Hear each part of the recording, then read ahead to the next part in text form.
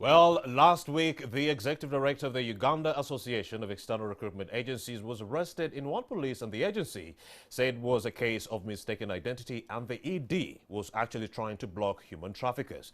This event kick-started a series of events that culminated in the association closing its operations, that is on Friday. This put Ugandans abroad at risk and those at home in the hands of human traffickers and the criminals. To speak to us about this, we have Mr. Hilary Tarima, Head of External Employment at the Ministry of Gender, Labour and Social Development, and also Ms. Caroline Bainamario, the Secretary General, Uganda Association of External Recruitment Agencies. Both join me right now in studio. A very good morning. Yes. Good morning. So first off, you need to tell us why issues of external labour found themselves in the news. Hilary, let's start with you. Thank you. Issues of externalization of labor found themselves in the media. One, as you are all aware, in March, when the airport closed, Right. the ministry suspended clearance of Ugandans to go and work abroad. But eventually, when the restrictions were lifted and some of the international airports started operating, there were calls to open up the sector again. The ministry came up with a statement about the steps they are taking to eventually resume full externalization of labor. To some extent, the statement of the ministry did not appease some of the stakeholders, and the major stakeholders, who are the Association of External Recruitment Agencies, they also came up with a counter statement saying that they were not our process was not consultative, then that there have been loss of jobs, loss of income, loss of revenue, and so forth. And therefore, externalization of labor, any decision we should take towards reopening, we should consult them, and it should be, I think, immediate. In our statement, we had proposed to open the sector in a phased manner, to start with the clearance of non-domestic workers. You will appreciate that domestic workers are a vulnerable group. So we said for that, for the meantime, there are some things we have to put in place, mechanisms to protect them, especially in view of the pandemic and the consequences of the pandemic. So in brief, that was how externalization came into the press. And of course, I do have Caroline Bainamario. She is the Secretary General of the Uganda Association of External Recruitment Agencies. We would like to know how the migrant workers have been affected by the COVID-19 pandemic and the closure itself. When you talk about migrant workers, they are being they have been heavily affected. Why? Because when the pandemic came, it was an act of God. Offices in Uganda closed. Offices of our partners worldwide closed. So that left everybody in suspense, and it caused a mayhem.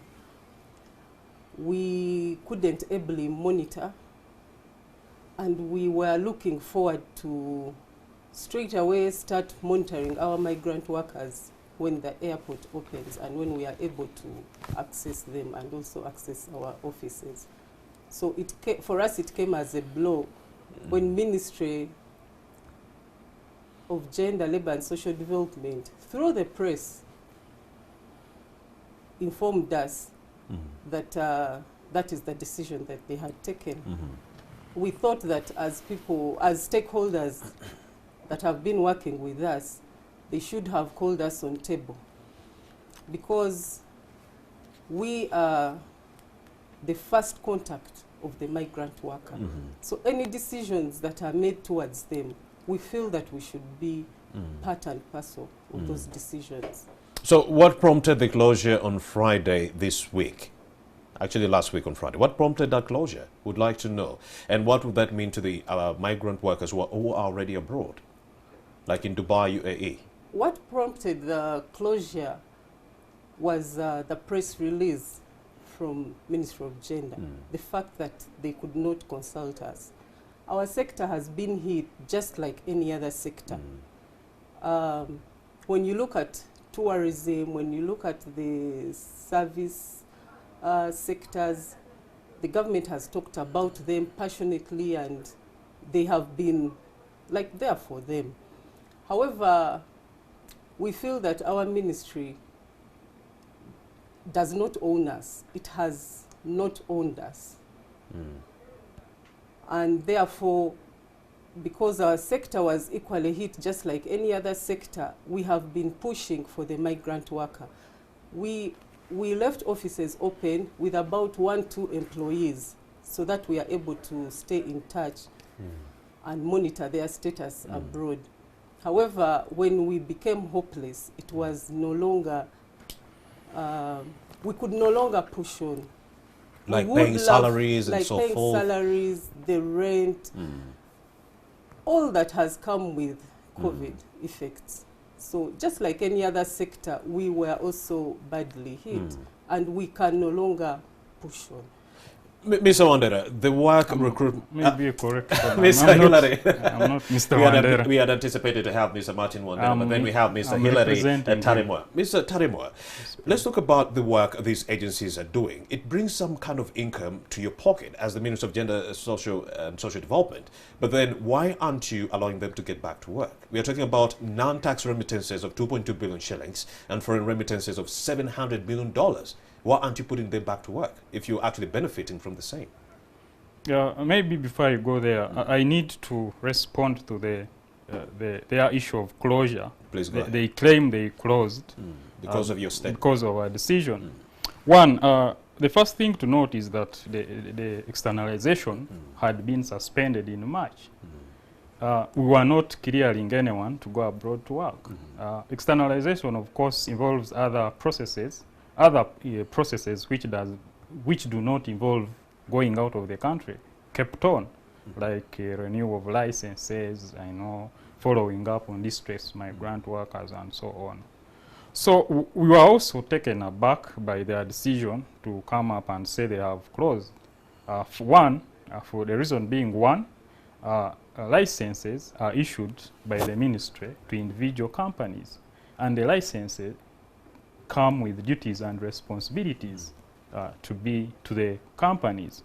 And one of the responsibilities is you owe a duty to the people you have taken abroad.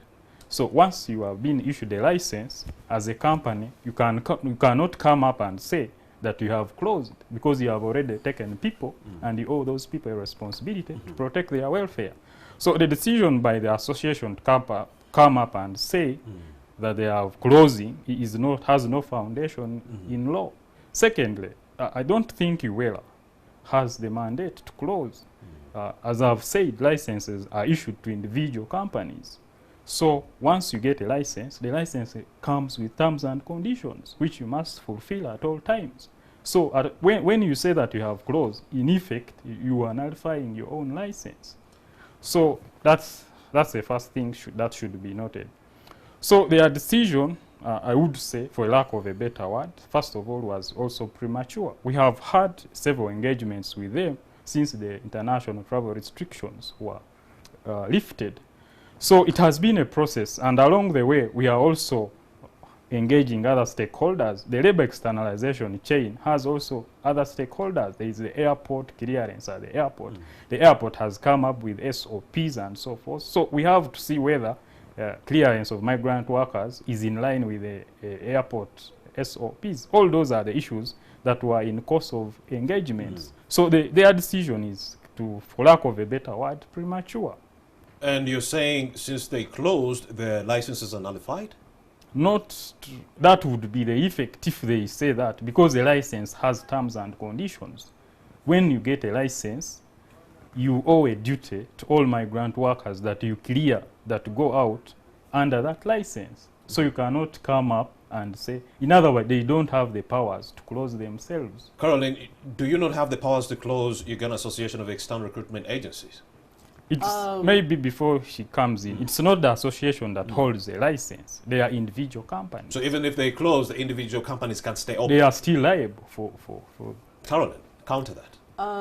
First of all, this was the last nail in the coffin. It is an explosion of so many things that have been happening. Help us understand it.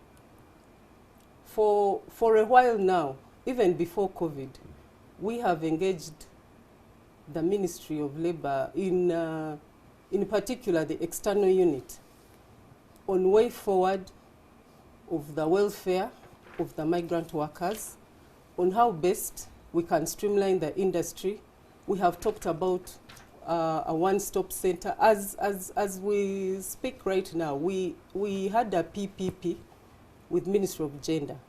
And the purpose of that PPP was to have a one-stop center. Monitoring begins right from home.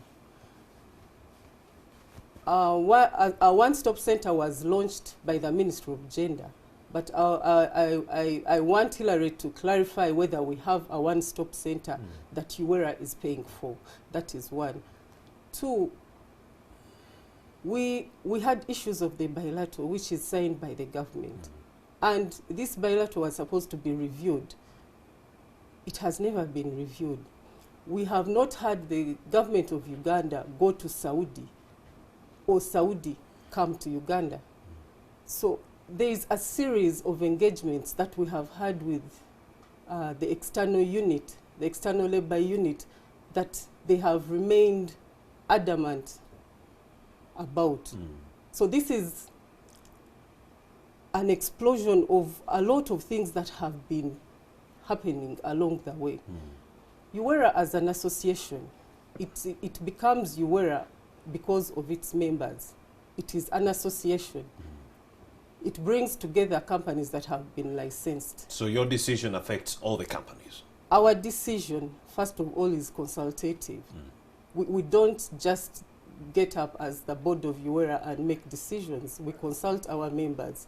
And we felt that this has gone overboard, and we said we suspend. We did not say we close. We said we suspend until Ministry of Gender is ready to open us, and then we shall continue. But in the meantime, people's offices have closed. Some were already thrown out, some don't own those offices as we speak today. So it is a suspension, it is not a closure, pending the way forward from Ministry of Gender. And of course, Caroline, we also understand that the future of 35,000 Ugandans who had wanted to go abroad now hangs in the balance. We'd like to know how many Ugandans are abroad, and also what happens to them now that the companies that took them there are closed. One of the requirements of having a labor recruitment license, you must have a guarantee of 50 million, which can be accessed by the Ministry of Gender. Right. So with that in mind, we feel that since they even have access to that money, they can, for now, in the meantime, take over the monitoring. Because our hands are tied. We've done our best. We cannot push anymore. We do not know where to run to. However, if we opened, in September they sent us SOPs. And we have a compliance team that has been going around checking our companies to see how ready they are. We replied them and attached all the SOPs that we get through the procedures.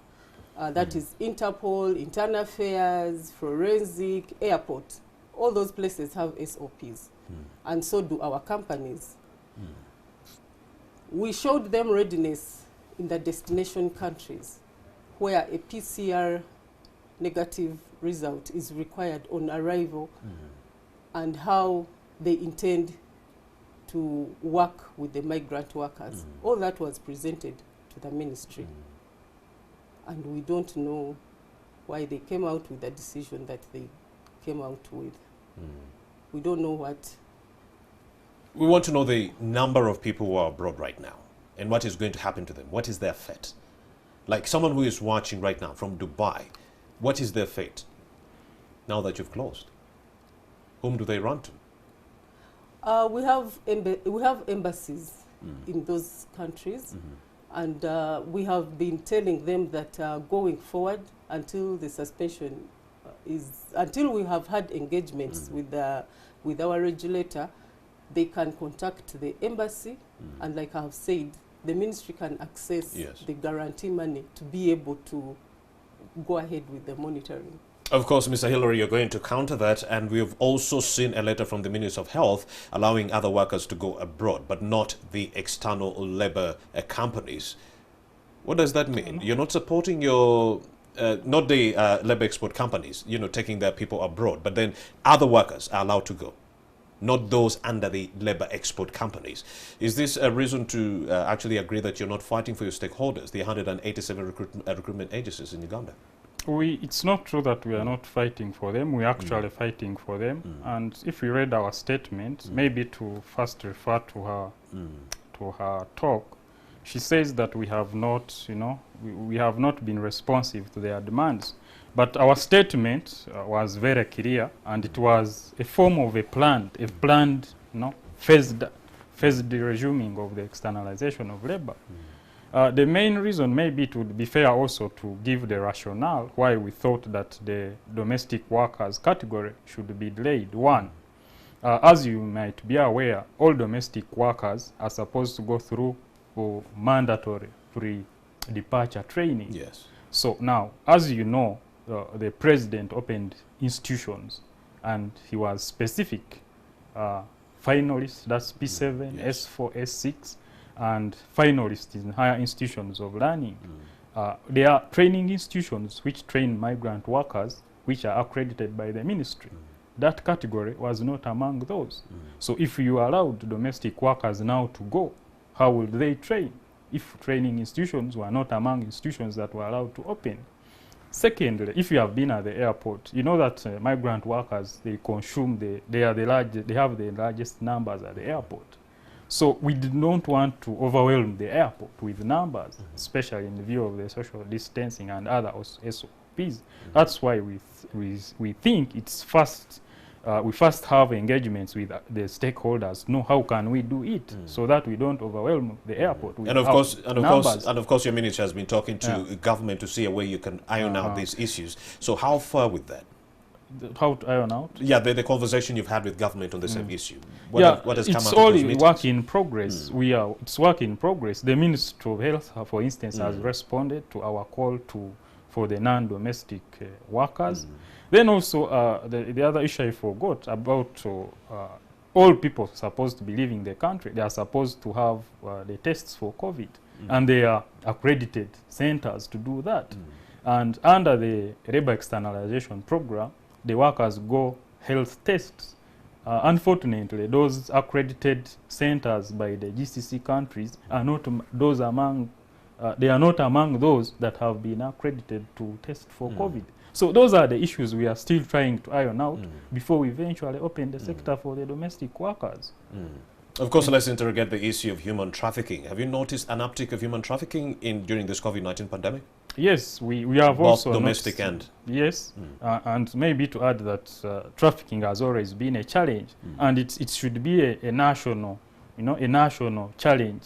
It is not particular to any sector. Trafficking in person has been around for some time. And the reasons why labor externalization program was brought was to kind of, to prevent that problem. Create official channels through which people can go abroad. People can go abroad for work, with the channels which are safe, regular, and they are known. But that, nevertheless, trafficking has persisted. The reason being, one, it's a lucrative business. So it's not a one agency mandate to fight trafficking. It cuts across all of us, even you at an individual level.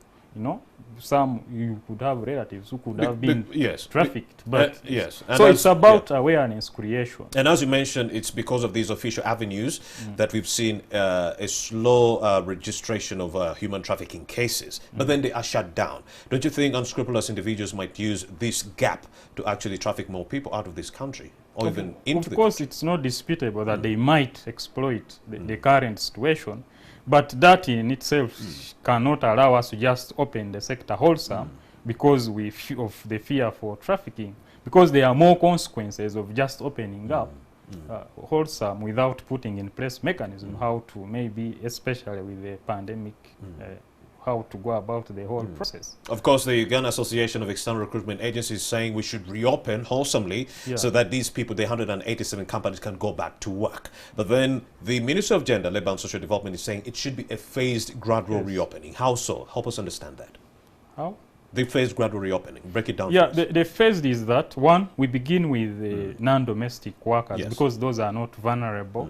It's not a vulnerable category. Then, along the way, we also go to the domestic. But as I have enumerated, the processes of domestic workers are a bit different from other categories. For instance, other categories, they don't go through the mandatory training. So there is no issue of training institutions. It's about you, they will clear you, you have your medical certificates and so forth, you go. But now for domestic workers, there are other requirements which, you know, training institutions, they are accredited medical centers which are supposed to test them, and they are not among the COVID accredited, all those issues. Then also the issue in the destination countries, you know, there have been cases of runaways and people are stranded because of COVID. The agents, the other side, some of them are not operating. The embassy is overwhelmed, you know. As we speak, our embassy in Riyadh, the one in Saudi Arabia in charge of most of those Middle East destination countries, is overwhelmed by numbers. So those are the issues we want first addressed. Then eventually the sector will go to normal. But of course, I'd like to clarify something. Okay, Caroline, you would like to clarify? Go ahead. Yes. It is very, very hypocritical for Hillary to come here and tell the nation that Civil Aviation Authority is not ready for migrant workers. How so? I did not say it's not ready. Let her first finish. We have had, let her first finish. We have had meetings severally with CAA, and they have told us we are ready, come, because we are their biggest revenue. Yes. They earn $50 per every passenger that leaves this country. That is one. We have had meetings at the airport where ministry has been present with SOPs and that kind of thing. So the airport is ready to receive. We went around because we wanted to know how we shall roll out this. They showed us the tent, they showed us where they can wait before. We have a reception center in Entebbe, which the airport came and visited. It is seated on 1.5 acres. It is enough space. So we have been in engagements with the airport. So there's no way gender can say that the airport is not ready. I think they should leave that for the airport. Then our medical centers, they are qualified GCC medical centers. Some have been accredited. I can say City Medical Center is already accredited, and 2 others have been accredited. The rest can collect and take to the accredited centers. So it is very ironic for someone to come here and put excuses that are so lame, because truth is that we feel as licensed companies that the Ministry of Gender has let us down in very, very many ways. I want to cite the first charter that came in the country. It had a lot of distressed individuals. When COVID hit, we had so many girls who had been trafficked girls in Saudi, who were on the streets, who do their own things because they were trafficked. Those are the girls who majorly overwhelmed the embassy and the reception centers in Saudi, to the extent that when the Saudi government felt that they can no longer look after them, they had to contact, it was more or less almost a diplomatic directive. Here are your people. What? Yes, here are your people. So most of these girls were trafficked into Saudi. One thing that we realize is that the external unit is happy, is better off not being responsible. When people are being trafficked, like he said, it's everybody's concern. Therefore, no one can make them accountable for somebody who is being trafficked.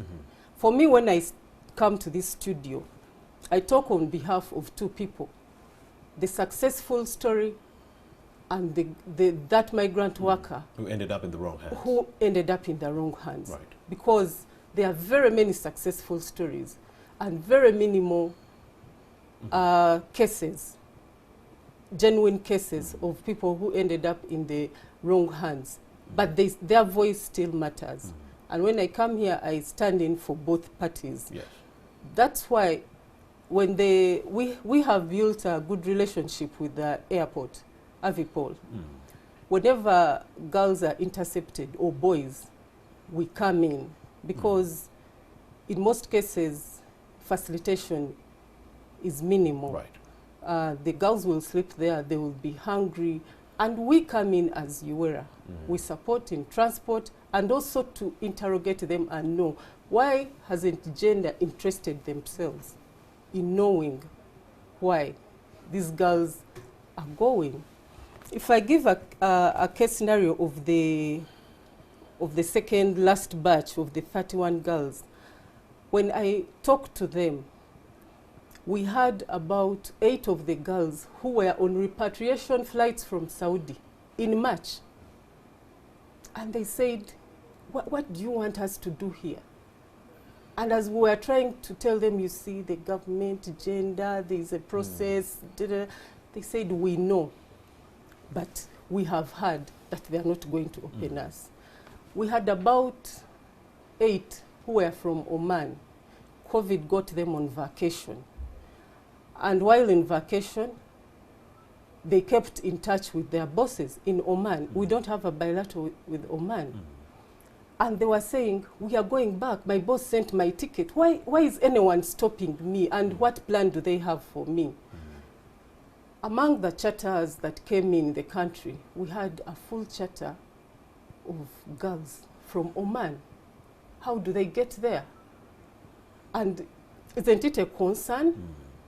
If that is for every government individual or anybody, any individual, why aren't people who are positioned to know, to understand, why don't they engage and become part of it? The gender has a lot of units. It has the psychosocial, it has all those units. But they're not being exhausted. They're not being exhausted. That psychosocial would come in for these girls who are being trafficked. Yes. To talk to them, to calm them down. They were equally traumatized. They have put in a lot of money to people they don't know, paid the ticket, and while in the line, they are asked to go away. Why shouldn't it be a concern? And why is it okay? Because they don't own that responsibility. Nobody can come and account and make them accountable. Ms. And Hillary, they prefer it like that. Ms. Hillary is here. That's the good news. Ms. Hillary, why aren't you concerned about the welfare of the migrant workers? Do you track their movement straight from the country to their destination? It's not true, first of all, to say that we are not concerned. One, the legal regime that governs this sector gives due responsibility both to government and to the recruitment companies. And oftentimes, we together working with companies, or sometimes we have reminded companies of also their responsibility. So it's a dual responsibility. The companies cannot push the issue of welfare of migrant workers to government, and even us, we cannot say it's 100% recruitment companies. So we are supposed to work together in that role. So it's unfair for her to say that the government does not mind about the welfare of migrant workers, because we have followed up several cases, and where we have had issues with especially with welfare, we have helped to have them repatriated. In some cases also, we have ordered the companies to help in the repatriation of the distressed migrant workers. So it's a dual responsibility. And we have not ignored that. Then secondly, to correct her, I did not say that the airport is not ready.